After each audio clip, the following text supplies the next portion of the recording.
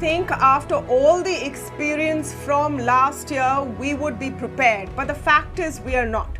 Not at an individual level, for the onslaught of news that is coming in every day, every minute almost, on our own WhatsApp groups, our social media, from our friends and family, of infections, someone looking for a bed somewhere, someone looking for an oxygen cylinder somewhere, someone looking for medication somewhere. We are unprepared mentally to handle that challenge. It seems like our local authorities are unprepared to handle what is coming their way and are now scrambling to find more and more resources to ensure that more lives are not lost. It also seems as a country we are unprepared to take tough calls when required. So the first question really is, why are political rallies and religious celebrations still on despite rising cases? Does it fly in the face of logic to have gatherings of large people saying that numbers are still low in those particular areas? Are we waiting for numbers to grow in the areas where they aren't so far?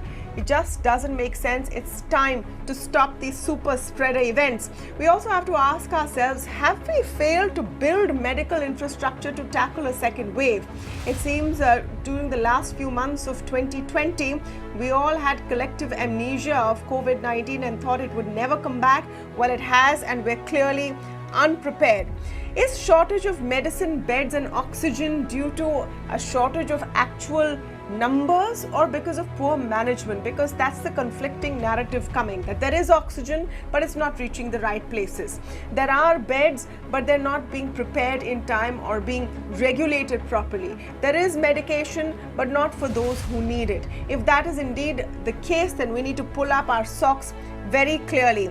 Another worrying question is, are we seeing a lack of coordination between the central government and states this time round? It's instead devolving to a political bickering of which state is doing badly depending on which party is running that state. Last time around, at least there was one voice in terms of tackling COVID-19. And will piecemeal measures, as we're seeing currently, solve and rescue us from this second wave? Mumbai is doing something, Delhi is doing something, Chhattisgarh is doing something. Do we need a bigger plan at this point? We're going to talk about all of those questions ahead on the first big debate, but I want to come to you with a little bit of news on what the plan seems to be from the central government to handle oxygen shortages. Ruchi Bhatia has all the latest. Ruchi, what is the task force now planning to do? Well, Tamanna, even as the country is reporting the highest ever daily surge of 2 lakh cases being reported every single day. In fact, today we've reached that a milestone that we should certainly not be proud of. On one hand, we have the healthcare infrastructure that seems to be crumbling. On the other hand, we have the government, at least the central government, trying to ensure that all the things that are needed for a COVID patient, for example, remdesivir injections, or for example, oxygen cylinders, all are made available, which is exactly the reason why an empowered group today met and they have initiated mapping of the 12 high burden states that would need oxygen cylinders. Look at the kind of numbers that we're talking about, 2 lakh cases on a daily basis, and we're given to understand by top government sources that there is a possibility that this number is going to inch higher. We have states like Maharashtra, Delhi, Chhattisgarh, Punjab, Tamil Nadu that have already crossed their previous peaks. And if you talk about oxygen cylinders, for example, the state of Madhya Pradesh has no facility, has no production capacity for oxygen cylinders. And in other states like Maharashtra, Maharashtra, Gujarat, Karnataka, there is an increasing demand. And which is why today we're given to understand DPIIT along with the Ministry what the plan is now? There are three essential things that the government is trying to do, Tamanna, and which was what I was trying to get at. They're trying to map these 12 high burden states in terms of their oxygen availability, and they've set a target, an indicative framework that has been developed to ensure that this is the kind of oxygen availability that will be made. In fact, they have said that around 4,880 metric tons of oxygen will be made available till by the 20th of April, and similarly Similarly, targets have been set for 25th and 30th April as well. So between 4,880 metric tons to 6,593 metric tons will be provided to these 12 high burden states. Besides that, they've also identified about 100 such hospitals that will have their own oxygen cylinder making plants, and this money will be funded through the PM CARES fund. And besides that, the government has also said that very soon they will be opening up the tender to ensure that they are able to import about 50,000 metric tons of medical oxygen as well. The tenders will be put out very soon, and they will be exploring the possibility for getting in more oxygen cylinders from other countries. The Ministry of External Affairs is also involved in this operation. That's great. I hope we can speed up the process of importing oxygen and move on it fast enough. Thank you for that, Ruchi. Let me get to the panel of experts we're speaking with today. Dr. Giridhar R Babu, Head of the Life Course Epidemiology at PHFI. Viren Shetty, ED and Group CEO of Narayana Health on the show this evening. Dr. Rajesh Chawla, Indraprastha Apollo Hospitals, and Dr. Arvind Kumar of Medanta Hospital also on the show. Dr. Babu, I just want to get your take on our management of the second wave. What we know now for sure, and it's a no-brainer, is that the second wave has hit harder than was expected, has taken everyone by surprise. But how would you look at the way India has been responding this time? Are you concerned about a very piecemeal approach where some cities and states are going into mini lockdowns while others continue as business as usual? Yeah, Tamanna, thanks for having me on this show. I must say that I am concerned mostly because the way virus is behaving, it is far more infectious compared to how we saw in the first wave. And also during the first wave, we had the advantage of a nationwide lockdown and most people following COVID appropriate behaviors. In the second wave, while the virus is contagious, the contagious behavior is also in terms of not following COVID appropriate behavior. There are congregations everywhere, which is facilitating the faster transmission.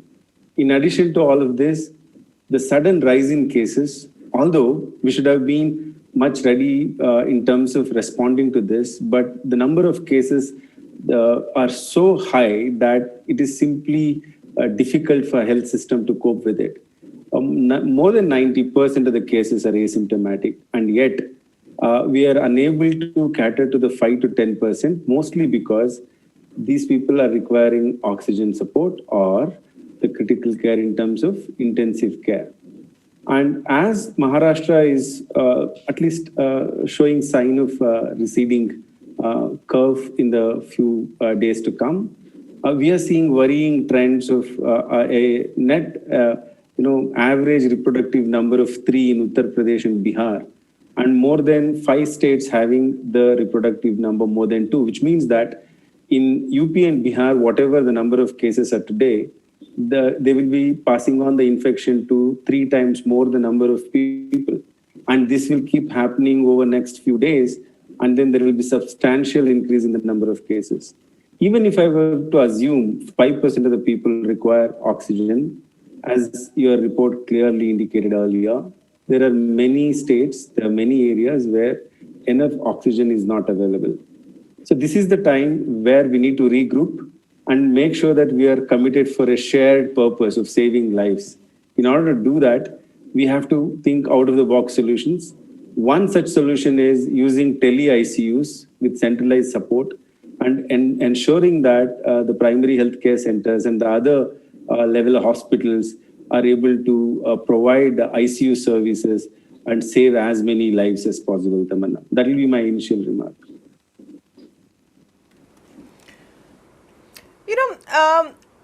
Dr. Arvind Kumar, help us understand the sort of dichotomy we see in data and narrative.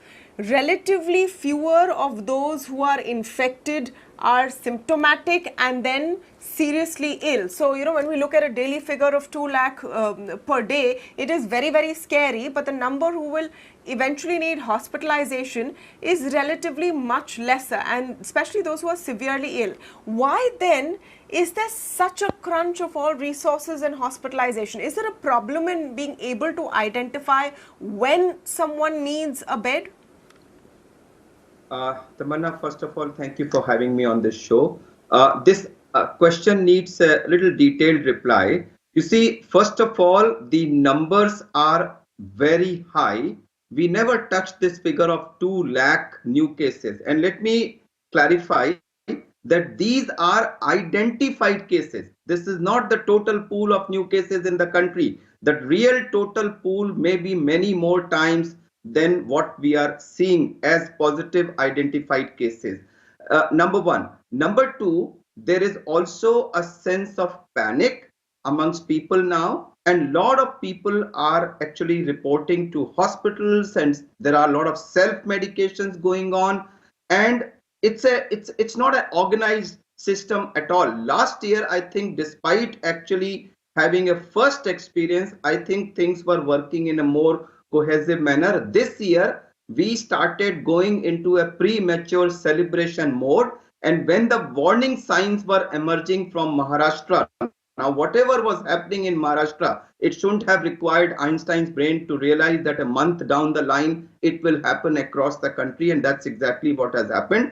None of us actually prepared for this in any other states, and now that we are deluged with the numbers, suddenly piecemeal arrangements are being made, and that's exactly why we are facing shortage of medicines, we are facing shortage of beds, ventilators, and the most effective treatment in the medicine in the treatment of COVID, which is oxygen. Out of all the things which are used, if there is one thing which makes a real difference to life and death of these patients, it is oxygen. And it is really sad that even this basic thing is in short supply today. And what it needs is an immediate measure. Now, I agree that we need to import, etc., etc. But Tamanna, the patient who has low saturation now needs oxygen right now, and therefore this is something which needs to be tackled on a super immediate emergency basis. If need be, army planes should fly oxygen cylinders or other things from one place to another, but this is a basic thing which needs to be supplied within minutes and hours to all those who need it. I don't think we can wait for a person who has low oxygen now, cannot wait for an international tender to materialize 7 days from now. He will not survive till then. So I think all efforts right now needs to be focused towards ensuring availability of oxygen to any and everyone who needs it anywhere in the country. That in itself may save thousands of lives. Tamanna. It's such an important point you've made. Dr. Arvind Kumar saying call in the army if required to fly in the oxygen cylinders. We still seem to be in a place of mind where we're saying that we will start a tendering process, we'll start importing oxygen, we'll start this mapping process. Doctors on the front line are saying it's a little late for that.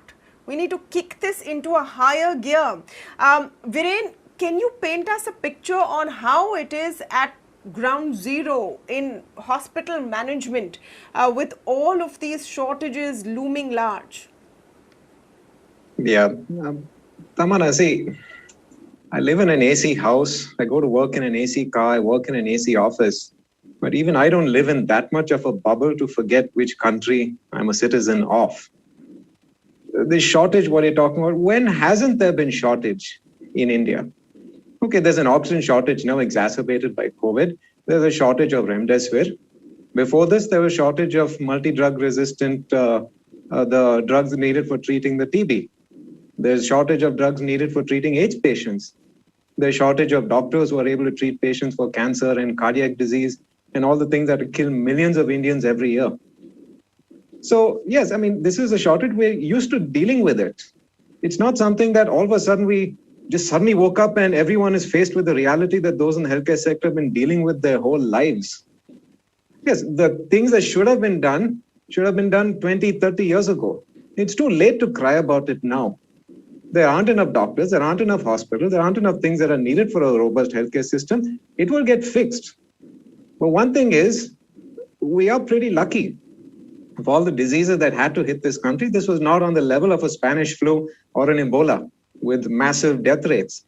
This is something that most people will have mild symptoms and will suffer from.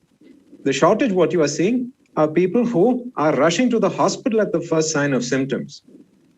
Relative to the number of people who really need, like if everyone who really needed to get admitted to a hospital, who actually needed to be ventilated and were part of the hospital system from that point onwards, we will be able to manage. But you have a situation at which at the first sign of distress, people are going to the healthcare system and taking up the bed. And so, of course, you cannot deal with that kind of fluctuation. No system can be built for that. No system can be built when the population of an entire country of 1 billion people in one day decides that they don't need to go to a hospital and the next day decide that they do need to go to a hospital. This is not a steady state problem. And there's no point, working on liquid medical oxygen plans for getting it flown in from aircraft choppers and so on, because this situation will never exist ever again. So yes, I mean, from a hospital perspective, it's going to be crushed. It's going to be very difficult for us. And the next 1 month, 2 months are going to be hell. But it's not anything new. It's something we've been dealing with all the time. It's just for a change, I think, normal people are suffering from the same problems that we've always been dealing with. No, but the fact is that people who are hearing this right now are not looking at it and thinking, oh, at least it's not the Spanish flu, because they're living through it right now. My question, though, has still not been answered. Dr. Rajesh Chawla, let me come to you with this.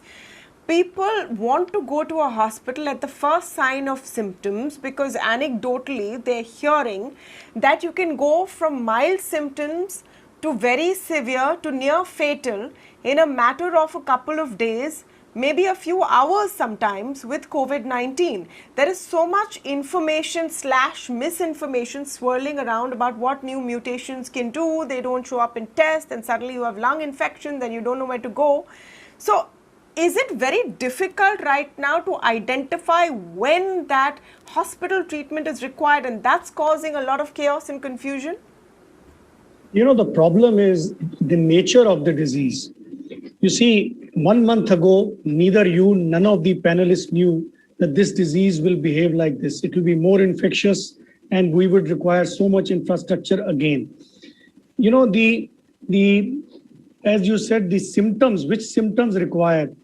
See, there are very few symptoms which are clear-cut, like a person who feels breathless, whose oxygen saturation is less than 94%, person has a chest pain, person having giddiness or headache. These are signs where person definitely requires hospitalization. Now, because of the media and because of the scare, everybody who gets it RT-PCR positive gets into a panic mode. And many of them want to be in the hospital because they know that so-and-so was all right, suddenly he got sick and he did not get a bed, and then he got a bed and there was a problem. So this panic, because there is no proper monitoring at home. If we have a proper monitoring at home and the availability of beds could be there, like doctor, I agree with most of the thing Viren said about various things, because the infrastructure will never be able to cope up if this disease behaves like this. I feel the government is doing a good job and most of the hospitals are struggling to fulfill, and most of the hospitals in the bigger cities don't have a problem. The problem is mainly in the smaller city, and they need to, like you said, we should treat the country like a single, not like every state is having its own rule. They should cooperate and coordinate with each other to help wherever there are more cases, so the supply can go there. So the basic thing is that the monitoring at home needs to be little bit more augmented, little bit more robust, so that the proper person can be admitted in the hospital. If I go to even my hospital or any other hospital, 60% of the patients can be managed at home. But they don't want to go home once they get in. This is another very issue. And the person who really need it, No, no. they don't get a Why are bed. you admitting them, Dr. Chawla? I must come back to you. A, why are you admitting them? B, you are saying that there is no problem in the large cities. The problem is in the interiors. Sir, Mumbai, Delhi, both are in a messy situation in the hospitals. That's a fact which is now well underlined by everyone, not just these two cities, Bengaluru, etc. The situation is hospitals are overflowing everywhere. So either it's unscrupulous hospitals who are saying you don't need hospitalization, but come, I will take your money anyway, or they're foolish patients who say I want to throw my money anyway. It's clearly a life and death situation for many. Why are lobbies full of patients who are waiting if everything is hunky-dory and everyone's doing a good job? See, it is very easy to criticize things. You know, when you have to really face, really have to manage, it is not that easy. You are saying you refuse. You know, if someone dear to you is elderly, has some comorbidities, it is very difficult to predict how will he behave unless we have a system to monitor at home. If there is a no robust system, you have a great difficulty in refusing admission to these patients. And we all have to coordinate rather than criticize to really get a good result, because this is a problem which we are faced with, and whatever the government and all the stakeholders have to sit again and again to find out the best solution. Okay, Dr. Arvind Kumar, I just want you to respond to some of the comments that have been made. Is this a problem of identification of who needs to be hospitalized when? I come back to the point because right now it's the biggest issue that faces us when we're trying to prevent deaths. At the end of the day, you're in a situation where, okay, a lot of people will get COVID-19, maybe instead of 2 lakh daily, it'll become 2.5, 3 lakh daily, but at least people should not die at the end of the day. Where are we failing to do that? So, Tamanna, as I said earlier, the answer is not absolutely straightforward. As Dr. Chawla said, that there are gray areas. There are cases which come to you, you examine them, you feel, okay, this patient can be managed at home, but then you have that patient returning to you within a few hours in a more difficult, serious situation. And then wiser from that, next time you have a patient, you have a tendency to keep the patient in the hospital. So first is that there is a gray area between mild to moderate. There are comorbidities, there are people who are elderly, there are people who have other diseases. You can actually keep them in the hospital, you can keep them at home also. But if you keep 100 people at home and you don't have a very robust monitoring system, maybe one or two might have problem and then need to be brought back in an emergency. Once in a while, a mishap may also occur. These are practical realities of the medical field, which all of us face in our day-to-day life. Unfortunately, when it happens to people, they tend to react and then we face the music, which is something we see oftentimes in the hospital. So what you do, you tend to play safe and you say, okay, instead of taking this risk, let me admit this patient. That's exactly what Dr. Chawla was referring to. You have a 60-year-old gentleman who's at present not breathless, but he's complaining of little bit of difficulty. Now, ideally, he should be in a hospital, but in a situation like this where other more serious patient may be waiting for that bed, you might like to send him home. So there are these gray areas which are present where sometimes because of medical, sometimes because of other pressures,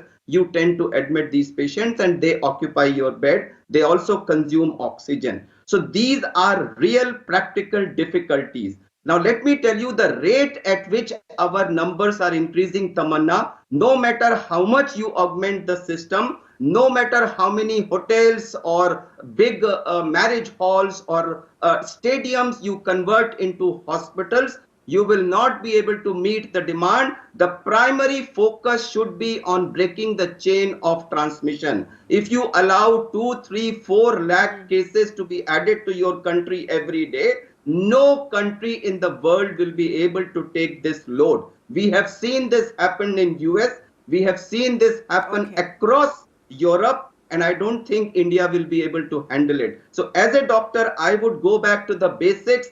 Every effort should be made by each one of us while we continue to treat. should be on prevention, which is what brings us to your first question. Should this COVID inappropriate behavior, which is even today rampant across the country, should that be allowed to continue and increase this number from 2 lakh today to maybe 3 or 4 lakhs few days later? Tamanna.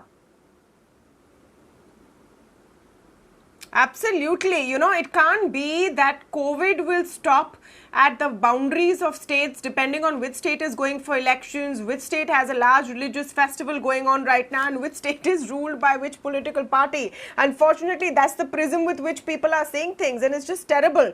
Dr. Babu, you know, what is the way ahead then? Can we leave this to the situation we're currently seeing, where every state deals with it in their manner and the timeline that they see fit? So now, for example, today with 17,000 daily cases jumping up massively in the last few days, Delhi has come and said we will do a weekend curfew. They have said no malls, restaurants, etc. But for some strange reason, 30% of occupancy is allowed in cinema halls. Do you think a larger, maybe more stringent plan is required for the country for some time? That's a great question, Tamanna, and I agree with Viren.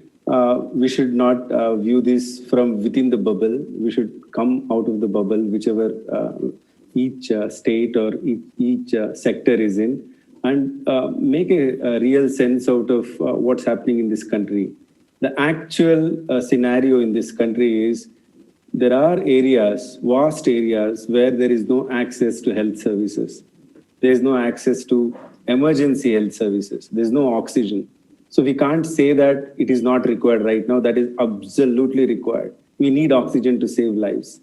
While it is available in some of the metros, it's not even available in some of the state capitals.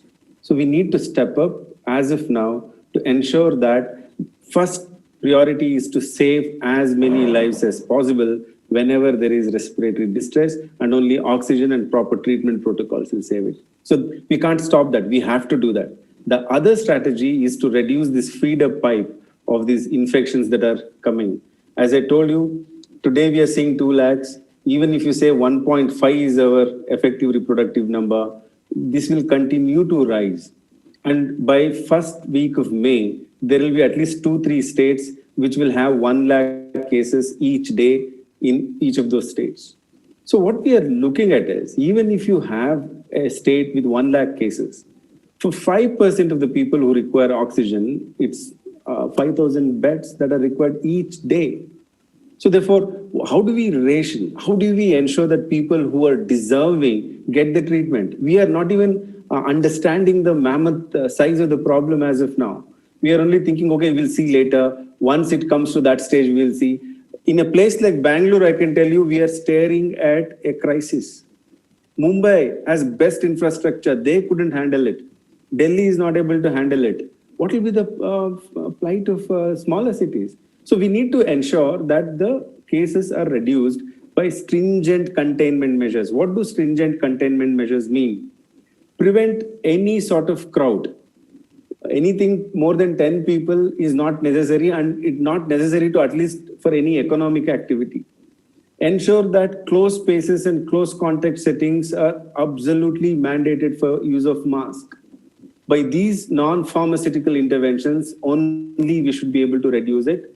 And Maharashtra has announced a people-friendly containment measures through Section 144.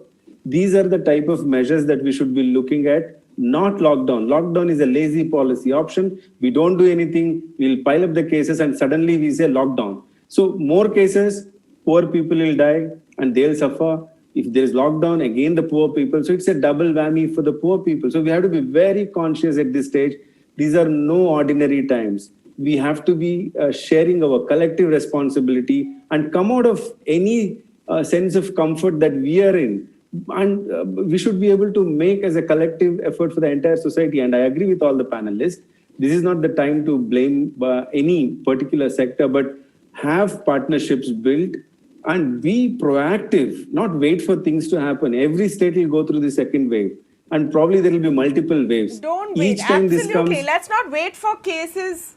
Let's not Yes, absolutely. You know, we're making the mistake of looking at daily numbers in some states and saying, hey, it's not that bad compared to others. Don't wait for your turn. Prepare in advance. Make sure there are no large gatherings. Nothing really justifies it at this point. I want to thank all of you for joining us on the big debate this evening. We're taking a very short break, but an important topic that we're discussing next. What is going to be the impact of the second wave on jobs? Jobs have not yet recovered to pre-COVID levels, but they had started inching up, started improving in the last few months of 2020. Are we going to see that hampered because of COVID-19? After the break, I have with me Rituparna Chakravarti of TeamLease, Ravi Vishwanath of Quest Corp and Anandarup Ghosh of Deloitte India. Stay tuned.